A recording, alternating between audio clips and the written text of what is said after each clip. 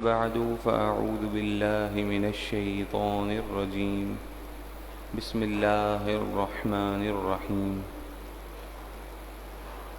إن الله وملائكته يصلون على النبي يا أيها الذين آمنوا صلوا عليه وسلموا تسليما بآواز بلند اللهم صل على سيدنا ومولانا محمد معدن الجود والكرم وآله وأصحابه وبارك وسلم صلاة وسلاما عليك يا سيدي يا رسول الله صلى الله عليه وآله وسلم.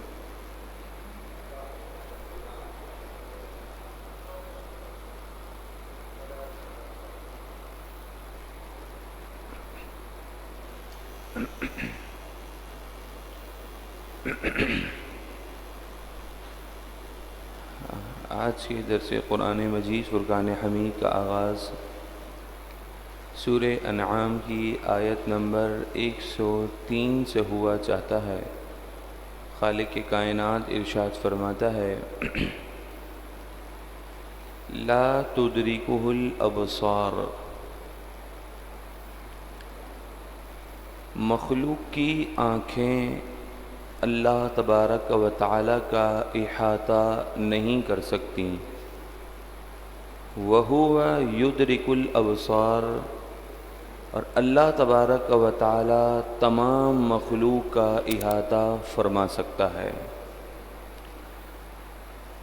اس آیت کریمہ میں لفظ ہے لا تدرکو، یعنی ادراک کرنا. اس کا ترجمہ ہم نے کیا احاطہ کرنا. اکثر مفسرین کی یہی رائے ہے کہ احاطہ اس چیز کا کیا جاتا ہے جس چیز کی جہتیں ہوں اس کی کوئی نہ کوئی حد ہو. اللہ تبارک و تعالی حدود سے بھی پاک ہے، جہات سے بھی پاک ہے.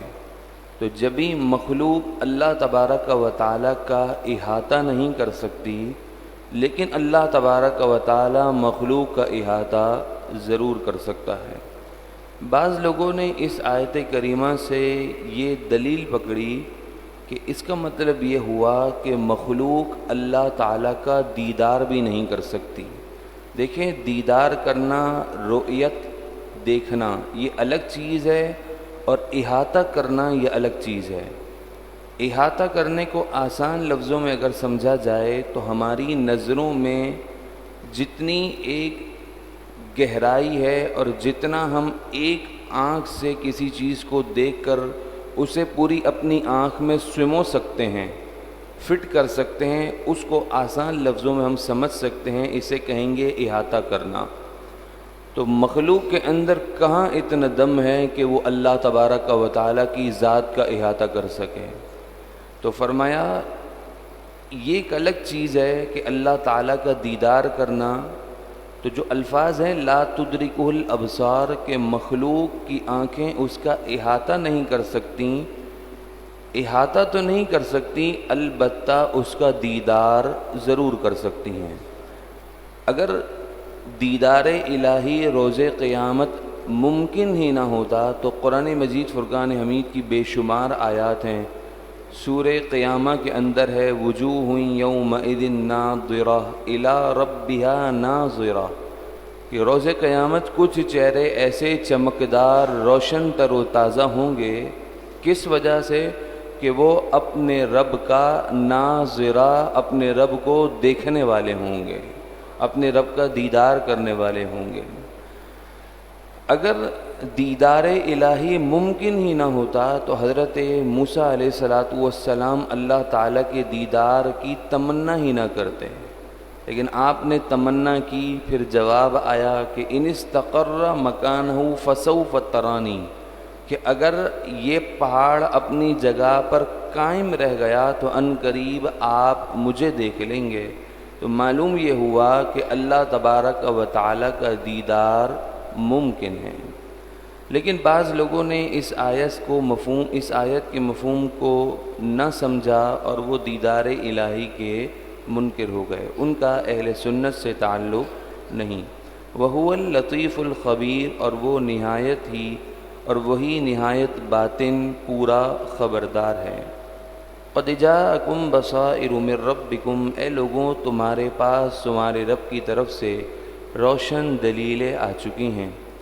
فمن ابصر، تو پس جس نے ان روشن دلیلوں سے فائدہ اٹھایا، ان روشن دلیلوں میں غور کیا، فلنفسہ، تو اس کا فائدہ اس کی اپنی ذات کے لیے ہے۔ ومن عمی، اور جس نے ان روشن دلیلوں سے فائدہ نہ اٹھایا، ان دلیلوں سے اندھا ہو گیا، فعلیہا، تو اس کا وبال بھی اسی پر ہے۔ وما انا علیکم بحفیظ، اور میں تم پر نگہبان محافظ نہیں ہوں۔ میرا کام ہے روشن دلیلیں ذکر کر دینا، قرآن کی واضح آیات بتا دینا، عمل کرنا نہ کرنا، اے مشرکین مکہ، کفار مکہ، ایمان لانا یہ تمہارے اپنے نصیب کی بات ہے۔ وَكَذَلِكَ نُصَرِّفُ الْآيَاتِ، اسی طرح ہم اپنی آیات پھیر پھیر کر بیان کرتے ہیں تاکہ دلیل حجت لازم ہو جائے۔ کیوں کرتے ہیں؟ وَلِيَقُولُوا دَرَسْتَ، تاکہ یہ مشرکین کفار یہ نہ کہہ سکیں کہ آپ تو پڑھے ہوئے ہیں، تو پھر جب آپ پڑھے ہوئے ہیں تو پھر ان باتوں کے ذکر کرنے کی کیا وجہ؟ تو فرمائیں ہم بار بار ان آیات کو مختلف طریقے سے بیان کرتے ہیں تاکہ روز قیامت یہ دلیل نہ پکڑ سکیں کہ ہمارے پاس تو آیات طرح طرح سے پھیر کر بتانے والا کوئی تھا ہی نہیں، یہ خود نبی صرف پڑھے ہوئے تھے اور ہمیں ان کی بولی سمجھ نہیں آتی تھی۔ تو کہا بات کو بار بار دوسرے تیسری طریقے سے بیان کرنے کا مقصد یہ ہے تاکہ قیامت کے روز وہ کوئی ایسی بات نہ کر سکیں۔ وَلِنُبَيِّنَهُ لِقَوْمٍ يَعْلَمُونَ، اور اس لیے کہ ہم اسے علم والوں پر واضح کر دیں۔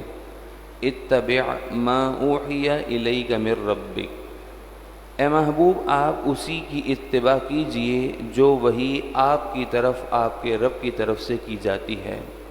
نبی پاک علیہ الصلوۃ والسلام کو حکم ارشاد ہوا کہ جو وحی آپ کی طرف کی جاتی ہے اسی کی اتباع کیجیے، تو پتہ یہ چلا کہ اللہ تعالیٰ وحی فرماتا ہے اور حضور اسی وحی کی اتباع کر رہے ہیں، تو اللہ تبارک و تعالیٰ براہ راست اپنے محبوب کو تعلیم ارشاد فرماتا ہے۔ لا الہ الا ہو، اس کے سوا کوئی معبود نہیں۔ وَأَعْرِضْ عَنِ الْمُشْرِكِينَ، اور مشرکوں سے اے پیارے آپ منہ پھیر لیجئے۔ وَلَوْ شَاءَ اللَّهُ مَا أَشْرَكُوا، اور اگر اللہ چاہتا تو وہ شرک نہ کرتے، لیکن اللہ تبارک و تعالی نے انہیں دونوں رستے دکھائے، اچھا رستہ بھی اسلام کا رستہ بھی اور برا رستہ یعنی کفر کا رستہ بھی دکھایا۔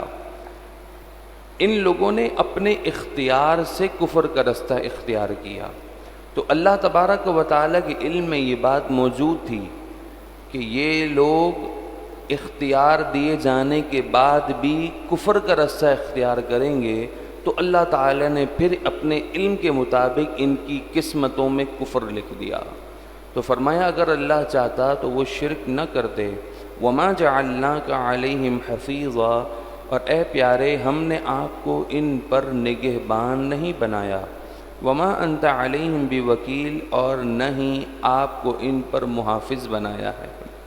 آپ کا مقصد، آپ کا کام صرف تبلیغ کر دینا ہے، عمل کرنا نہ کرنا، نصیحت قبول کرنا نہ کرنا، یہ ان کے اپنے نصیبوں کی بات ہے۔ وَلَا تَسُبُّوا الَّذِينَ يَدْعُونَ مِن دُونِ اللَّهِ،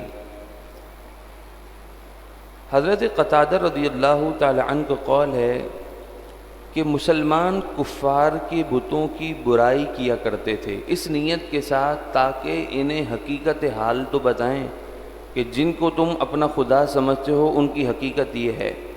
تو مسلمان ان بتوں کی برائی کیا کرتے تھے، تو بدلے میں یہ کفار بھی اللہ تبارک و تعالی کی بے ادبیاں کیا کرتے تھے۔ وہ یہ دیکھتے تھے کہ یہ ہمارے خدا کو کہہ رہے ہیں تو ہم بھی ان کے خداؤں کو کہنا شروع کر دیں گے۔ تو قرآن مجید فرقان حمید کی اس آیت کریمہ میں اس بات کا مسلمانوں کو حکم دیا گیا، فرمایا وَلَا تَسُبُّوا الَّذِينَ يَدْعُونَ مِن دُونِ اللَّهِ، وہ لوگ جو اللہ تبارک و تعالیٰ کے علاوہ کسی اور کو پوجتے ہیں، تم ان کے باطل معبودوں کو برا بھلا مت کہو، فَيَسُبُّ اللَّهَ عَدْوًا بِغَيْرِ علم، بدلے میں وہ اللہ تبارک و تعالیٰ کی بے ادبی کریں گے، عدوًا زیادتی کے ساتھ، بغیر علم جہالت کی وجہ سے، جہالت کی وجہ سے، زیادتی کی وجہ سے وہ اللہ تبارک و تعالیٰ کی بے ادبی اور توہین کریں گے۔ قرآن مجید فرقان حمید کی یہ وہ آیت کریمہ ہیں جو آج کے فی زمانہ لبرل طبقہ اور دین اسلام سے جو دور طبقہ ہے، اس کی تعلیمات سے دور طبقہ ہے، وہ ان آیات کو بیس بنا کر یہ تاثر دیتا ہے کہ کسی برے کو برا مت کہو، اگر تم کسی کو برا کہو گے تو سامنے والا تمہیں بھی برا کہے گا۔ تو تاثر یہی دیتے ہیں کہ دیکھو صحابہ کرام علیہم رضوان نے جب بتوں کو برا کہا تو انہیں روکا گیا اور کہا گیا کہ تم انہیں برا بھلا مت کہو، بدلے میں وہ اللہ کی بے ادبیاں کر رہے ہیں۔ یہاں تک تو بات بالکل ٹھیک ہے، لیکن افسوس کے ساتھ لبرل دین اسلام کے دشمن لوگوں سے اس بات کا جذبہ کم کرنے کے لیے کہ غلط کو غلط کہنے کی جرت ہونی چاہیے، اس جذبے کو بٹھانے کے لیے تاکہ اپنے مذموم مقاصد، باطل مقاصد کی پرچار تیزی سے کر سکیں، اس کے لیے جب انہوں نے ذہن سازی کی اور ان آیات کو بیس بنایا تو افسوس کے ساتھ کہنا پڑتا ہے اپنا فاسد مقصد ہو تو دلیل تو مل جاتی ہے، لیکن جب چور چوری بھی کرتا ہے نا تو کہیں نہ کہیں اپنا پتہ ضرور بتا دیتا ہے۔ انہی آیات کے شان نزول میں یہ بات بھی لکھی ہے، بالکل میرے نظروں کے سامنے ہے یہ بات، یہاں یہ بات بھی لکھی ہے، ابن انباری کا قول ہے کہ یہ حکم اول زمانہ میں تھا، جب اللہ تعالیٰ نے اسلام کو قوت عطا فرمائی تو اب یہ حکم منسوخ ہو چکا ہے، اب اس بات پر مسلمانوں کو شد و مت کے ساتھ کاربند رہنا ہے کہ غلط کو غلط کہنا ہے، اس بات کی پرواہ کیے بغیر کہ سامنے سے ہمارے اوپر ریئیکشن آئے گا۔ ہاں، ہم نے کسی کے لیے گستاخی اور بے ادبی کرنے کا موقع نہیں دینا، وہ کام نہیں کرنے کہ جس سے سامنے والا اللہ اور اس کے پیاروں کی بے ادبی کرنا شروع کر دے۔ البتہ معاشرے کے اندر جو غلط ہو رہا ہو، کسی پر ظلم ہو رہا ہو، زیادتی ہو رہی ہو، کوئی غلط معاشرے کے اندر چیز پھیل رہی ہو تو اس کے سد باب کے لیے کھڑے رہنا، حق بات پر قائم رہنا، غلط کو غلط کہنا، یہ ہمیشہ سے علماء حق، عوام حق اور جو لوگ اہل حق پر ہوتے ہیں یہ انہی کا ہی وتیرہ رہا ہے۔ تو ان آیات کو کبھی بھی بیس دلیل نہیں بنایا جا سکتا۔ کذالک زینا لکل امت عملہم، اسی طرح ہم نے مزین کر دیا ہر امت کے لیے ان کے اعمال کو، ثم الی ربہم مرجعہم، پھر انہیں اپنے رب کی طرف پھرنا ہے، فینبئہم بما کانوا یعملون، تو وہ جو کام کرتے تھے وہ رب انہیں روز قیامت ان تمام کاموں کی خبر دے دے گا۔ وَأَقْسَمُوا بِاللَّهِ جَهْدَ أَيْمَانِهِمْ، اور انہوں نے اللہ تبارک و تعالیٰ کی قسم کھائی اپنے حلف میں پوری کوشش کے ساتھ، کس بات پر کہ لئن جاءتہم آیۃ، کہ اگر ان کے پاس کوئی روشن نشانی آئی، لَيُؤْمِنُنَّ بِهَا، تو ضرور بس ضرور وہ اس روشن نشانی پر ایمان لے آئیں گے۔ مشرکین آ کر نبی پاک علیہ الصلاۃ والسلام سے کہتے کہ آپ ہمارے کو یہ معجزہ دکھا دیں، یہ روشن کوئی دلیل آ جائے، کوئی یہ روشن نشانی آ جائے تو ہم فوراً آپ کی نبوت اور رسالت کی تصدیق کریں گے۔ قل، اے محبوب آپ فرما دیجئے، انما الآیات عند اللہ، نشانیاں تمام کی تمام وہ اللہ تبارک و تعالی ہی کے پاس ہیں۔ وہ جب چاہتا ہے اپنی حکمت کے مطابق ان نشانیوں کو نازل کرتا ہے۔ وما یشعرکم، اے مسلمانوں تمہیں کیا معلوم، انہا اذا جاءت، ان مشرکین ان کفار مکہ کی حالت یہ ہے جب بھی ان کے پاس روشن نشانی آئی ہے، لا یؤمنون، تو وہ اس پر کبھی ایمان نہیں لائے ہیں۔ یہ صرف زبانی دعوے کرتے ہیں کہ روشن نشانی آئے گی ہم ایمان لے آئیں گے۔ انہوں نے تو اس سے پہلے بڑی بڑی نشانیاں دیکھی ہیں، ایمان نہیں لائے تو کیا ہوا؟ وَنُقَلِّبُ أَفْئِدَتَهُمْ وَأَبْصَارَهُمْ، تو ہم نے ان کے دل اور ان کی آنکھوں کو پھیر دیا، الٹ پلٹ کر دیا۔ اب ان کے دلوں میں وہ قوت نہیں کہ حق بات کو مان سکیں، ان کی آنکھوں میں وہ طاقت نہیں کہ حق بات کو دیکھ سکیں، تو ہم نے ان کے دلوں اور ان کی آنکھوں کو ہم پھیر دیتے ہیں۔ کیسے؟ کما لم یؤمنوا بہ اول مرہ، جیسا کہ وہ اس پر پہلی مرتبہ ہی ایمان نہیں لائے تھے، جب انہوں نے نبی پاک علیہ السلام کے ابتدائی معجزات دیکھے تھے۔ شق القمر، کہ آپ صلی اللہ علیہ وآلہ وسلم نے ابتدائی اسلام کے موقع پر ہی چاند کے 2 ٹکڑے فرما دیے تھے، ابتدائی اسلام کے موقع پر ہی نبی پاک علیہ السلام معراج پر تشریف لے گئے تھے۔ تو اتنے عظیم معجزات کو دیکھنے کے باوجود وہ ایمان نہیں لائے، تو وَنَذَرُهُمْ، ہم انہیں چھوڑ دیتے ہیں، فی طغیانہم یعمہون، کہ وہ اپنی سرکشی میں بھٹکتے پھرتے رہیں۔ جن کو ایمان نہیں لانا انہیں ایمان نہیں لانا، اور جسے ایمان لانا ہے اس کے لیے کوئی بھی سبب بن جاتا ہے۔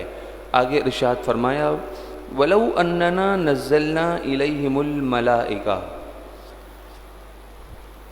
بعض قریش مکہ حضور علیہ السلام کے پاس آ کر یہ کہا کرتے تھے کہ اے محمد صلی اللہ علیہ وآلہ وسلم، آپ ہمارے مردوں کو زندہ کر دیجئے، ہم ان سے پوچھیں گے کہ آپ جو باتیں فرماتے ہیں وہ حق ہیں یا نہیں ہیں۔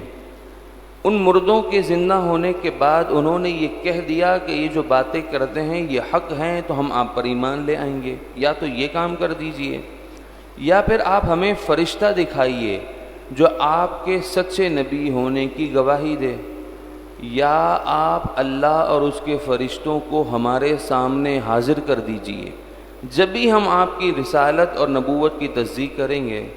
تو قرآن مجید فرقان حمید نے جب ان مشرکین، ان قریشیوں نے جب حضور کا مذاق اڑایا اس طرح، تو اللہ تبارک و تعالی نے ان کی اصلیت ظاہر فرمائی اور ان کی بد نصیبی کا ذکر کیا۔ فرمایا وَلَوْ أَنَّنَا نَزَّلْنَا إِلَيْهِمُ الْمَلَائِكَةَ، اگر ہم ان کی طرف فرشتوں کی جماعت بھی اتار دیں، وَكَلَّمَهُمُ الْمَوْتَى، مردے ان سے کلام بھی کریں، وَحَشَرْنَا عَلَيْهِمْ كُلَّ شَيْءٍ قُبُلًا، اور ہم ہر چیز ان کے سامنے اٹھا کر لے آئیں، ہر چیز ان کی نظروں کے سامنے آ جائے، پھر بھی ان کی بد نصیبی یہ ہے مَا كَانُوا لِيُؤْمِنُوا، اس کے باوجود بھی وہ ایمان نہیں لائیں گے، کیونکہ ایمان دراصل یہ توفیق ہے، اللہ تبارک و تعالیٰ کی طرف سے جسے توفیق نصیب ہو جاتی ہے وہی ایمان والا ہو جاتا ہے۔ ہاں الا ان یشاء اللہ، مگر یہ کہ اللہ تبارک و تعالیٰ چاہے، اس کی جو مشیت ہوتی ہے ہوتا وہی ہے۔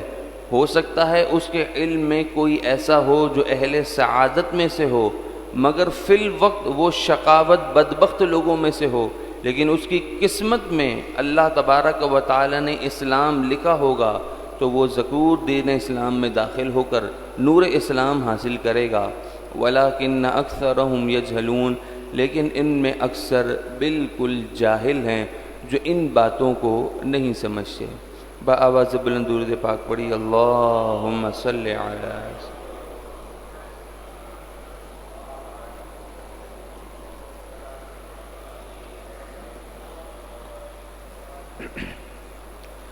وَكَذَلِكَ جَعَلْنَا لِكُلِّ نَبِيٍّ عَدُوًّا شَيَاطِينَ الْإِنسِ وَالْجِنِّ، اس آیت کریمہ میں نبی پاک علیہ الصلاۃ والسلام کو دلی طور پر تسلی دی جا رہی ہے کہ اے محبوب آپ کیوں پریشان ہیں، کیوں رنجیدہ ہوتے ہیں۔ جب سرکار تو عالم صلی اللہ علیہ وآلہ وسلم اپنی قوم کے سامنے حق بیان فرماتے، ایک الہ ہونے کا پیغام دیتے، تو قوم آپ کے مخالف ہو گئی، آپ کو تکلیفیں دینے لگی، آپ کی دشمن ہو گئی۔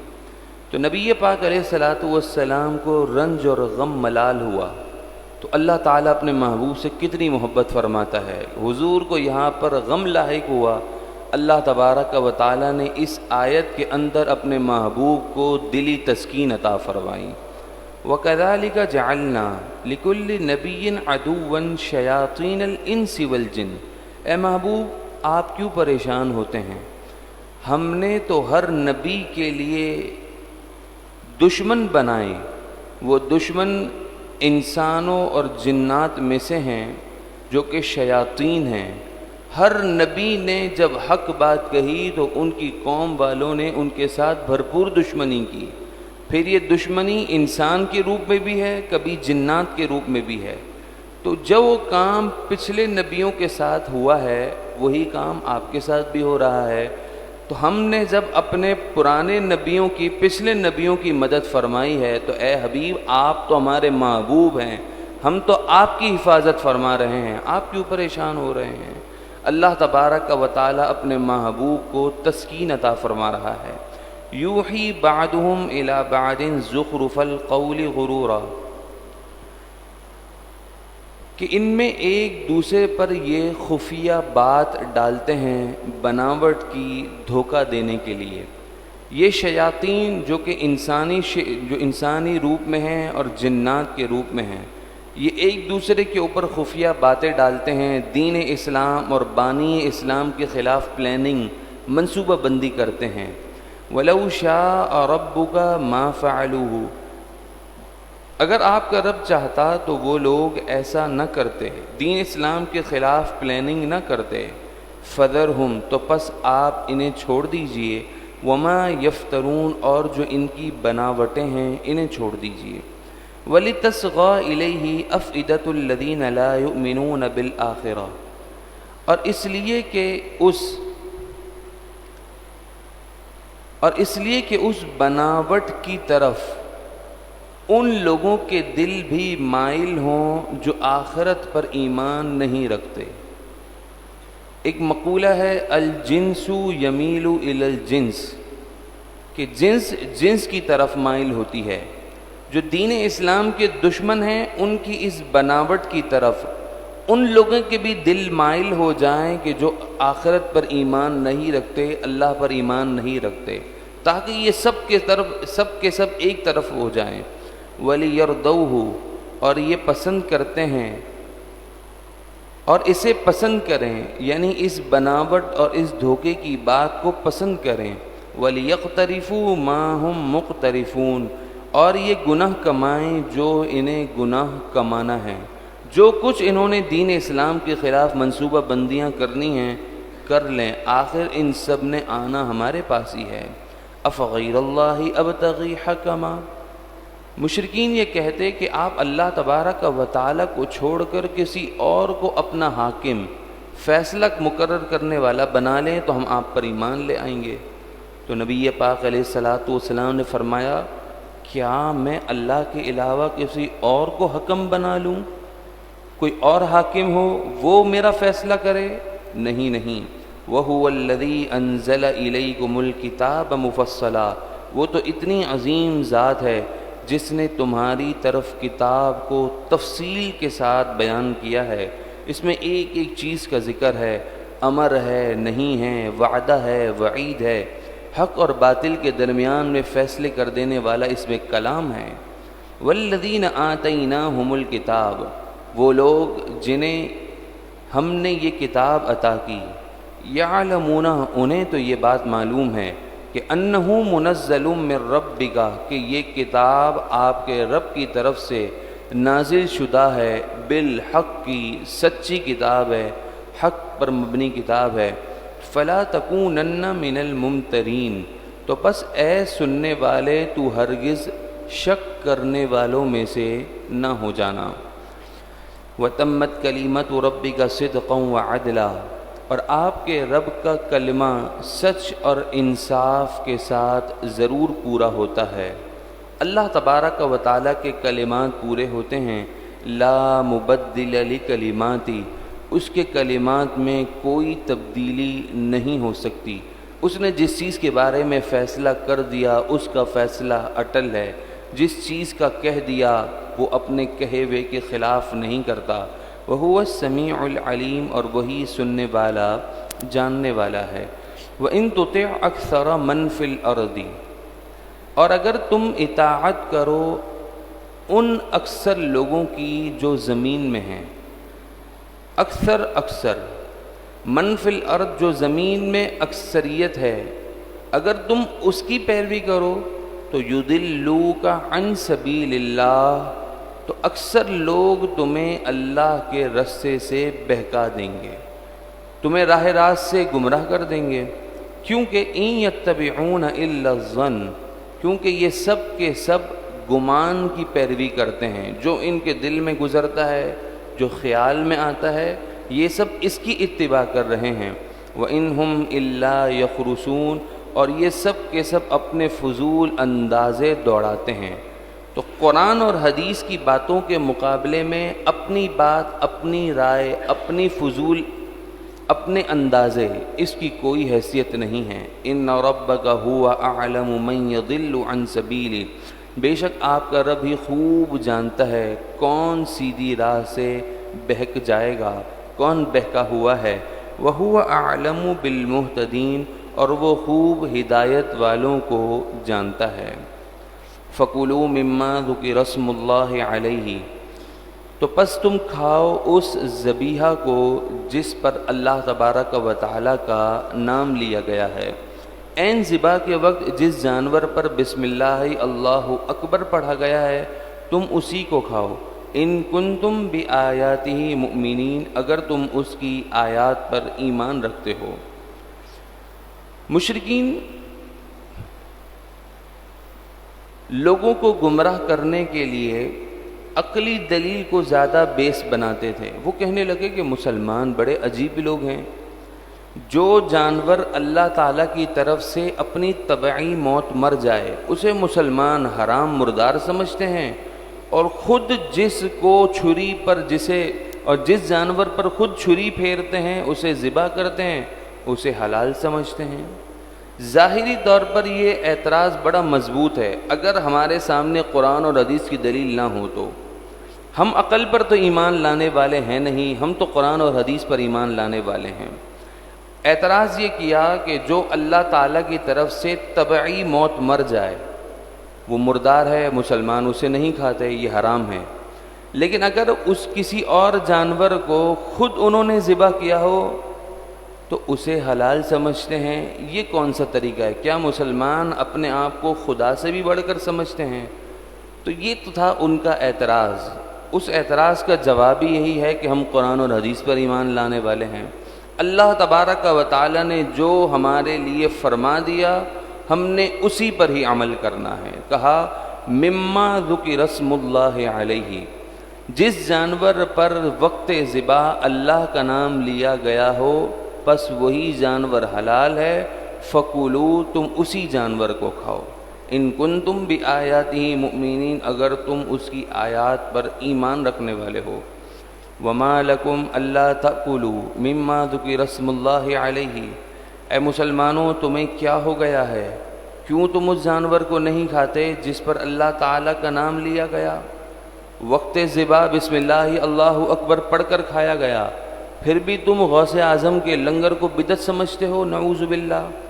اولیاء کرام سے منسوب کوئی نیاز ہو، رجب شریف کے کنڈے ہوں یا حضرت امام جعفر کی صادق کی نیاز ہو، اے مسلمانوں تمہیں کیا ہو گیا ہے، کہاں سے یہ حرام ہے؟ اللہ تعالیٰ نے اسے حلال رکھا ہے، تم بھی اسے حلال سمجھو، کیوں اپنی جانب سے اسے حرام سمجھ رہے ہو؟ حرام کیا ہے؟ وَقَدْ فَصَّلَ لَكُمْ مَا حَرَّمَ عَلَيْكُمْ، جو تم پر حرام ہے اللہ تعالیٰ نے وہ تفصیل کے ساتھ بیان کر دیا ہے۔ جو حرام ہے فصلہ، تفصیل کے ساتھ۔ وہ ساری چیزیں جو حرام ہیں وہ قرآن اور حدیث میں موجود ہیں، وہ حرام ہیں، اور جن پر کچھ بھی حکم نہیں ہے اس کا حکم ہی شریعت میں یہ ہے کہ وہ حلال ہے۔ شریعت مطہرہ میں جس چیز پر سکوت ہو، جس چیز کے بارے میں یہ معلوم ہی نہ ہو کہ اس کا ہونا حلال ہے یا حرام ہونا ہے، جس چیز کے بارے میں سکوت ہوگا وہ اس کا سکوت ہونا ہی اس بات کی دلیل ہے کہ یہ چیز حلال ہے۔ تو فرمایا حرام تو تفصیل کے ساتھ بیان کر دیا گیا ہے، تو پھر تم حلال کو کیوں چھوڑ کر حلال اختیار نہیں کرتے؟ ہاں الا مضطررتم الیہ، مگر جب تمہیں اس کی طرف مجبور کیا گیا ہو، حرام کی طرف مجبور کیا گیا ہو، تو صرف قدر ضرورت اپنی زندگی کی رمق باقی رکھنے کے لیے ضرورت کی مقدار حرام کھا سکتے ہو۔ وَإِنَّ كَثِيرًا لَيُضِلُّونَ بِأَهْوَائِهِمْ بِغَيْرِ عِلْمٍ، اور بے شک بہت سے لوگ اپنی خواہشات کی وجہ سے بغیر علم کے گمراہ ہو گئے، اپنی خواہشات پر چلنے کے سبب گمراہ ہوئے۔ ان ربک هو اعلم بالمعتدین، بے شک آپ کا رب حد سے بڑھنے والوں کو خوب جانتا ہے۔ وَذَرُوا ظَاهِرَ الْإِثْمِ وَبَاطِنَهُ، جو ظاہری گناہ ہے اسے بھی چھوڑ دو، جو باطنی گناہ ہے اسے بھی چھوڑ دو، اپنی جلوت اور اپنی خلوت کو پاک کرو۔ آئیے ہاتھ اٹھا کر دعا کرتے ہیں، اللہ تعالی ہمیں ہر قسم کے گناہوں سے محفوظ فرمائیں، ہماری جلوت اور خلوت، قول اور فعل سب کو ایک اور نیک فرمائیں۔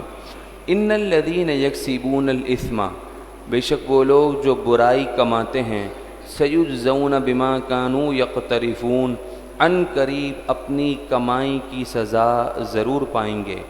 ولا تأکلوا مما لم یذکر اسم اللہ علیہ، اے مسلمانوں جس جانور پر اللہ تبارک و تعالی کا وقت ذبح نام نہیں لیا گیا اسے مت کھاؤ، وہ حرام ہے، مردار ہے۔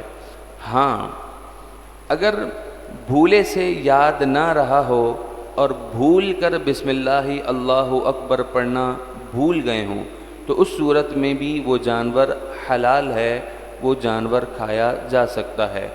وَإِنَّهُ لَفِسْقٌ، اور بے شک یہ حکم عدولی ہے۔ وَإِنَّ الشَّيَاطِينَ لَيُوحُونَ إِلَىٰ أَوْلِيَائِهِمْ، شیطان اپنے چیلوں کے ذریعے وسوسے ڈالتا ہے، طرح طرح کے خیالات ڈالتا ہے۔ شیطان کے چیلوں میں سب سے بڑا چیلا نفس امارہ ہے، جو برے برے خیالات، بری وسوسے اور طرح طرح کی ناجائز خواہشات دل میں ڈالتا ہے۔ لیجادلوکم، تاکہ تم سے جھگڑا کریں۔ وَإِنْ أَطَعْتُمُوهُمْ، اگر تم نے شیطان کے چیلوں کی اطاعت کی، نفس کی بات مانی، برے دوستوں کی بات مانی، بد عقیدہ کی بات مانی، گمراہ شخص کی بات مانی، انکم لمشرکون، تو اس وقت تم مشرک ہو جاؤ گے، راہ راست سے پھر جاؤ گے۔ ہاتھ اٹھا کر دعا کرتے ہیں، اللہ تعالی ہم سب کو، ہماری نسلوں کو تا صبح قیامت دین اسلام پر استقامت عطا فرمائیں۔ آمین آمین آمین ثم آمین۔ الحمدللہ رب العالمین، والصلاة والسلام علی اشرف الانبیاء والمرسلین۔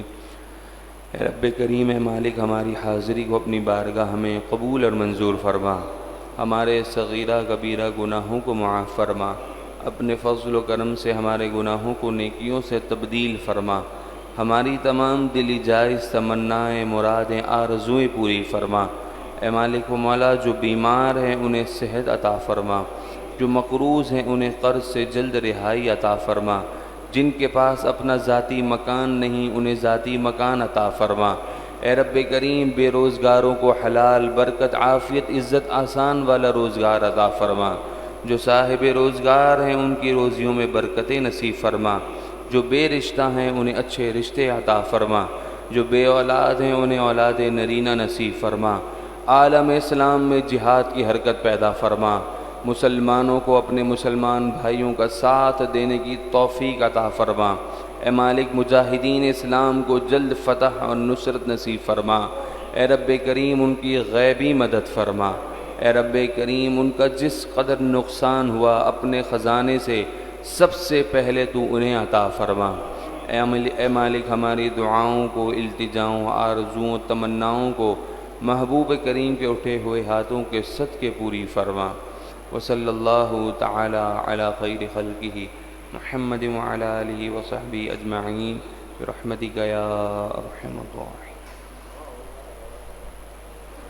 مولاي صل وسلم دائما أبدا على حبيبك خير الخلق كلهم يا ربي بالمصطفى بلغ مقاصدنا واغفر لنا ما مضى يا واسع الكرم مولاي صل وسلم دائما أبدا على حبيبك خير الخلق كلهم وصلى الله تعالى على خير خلقه محمد وعلى آله وصحبه أجمعين برحمتك يا أرحم الراحمين۔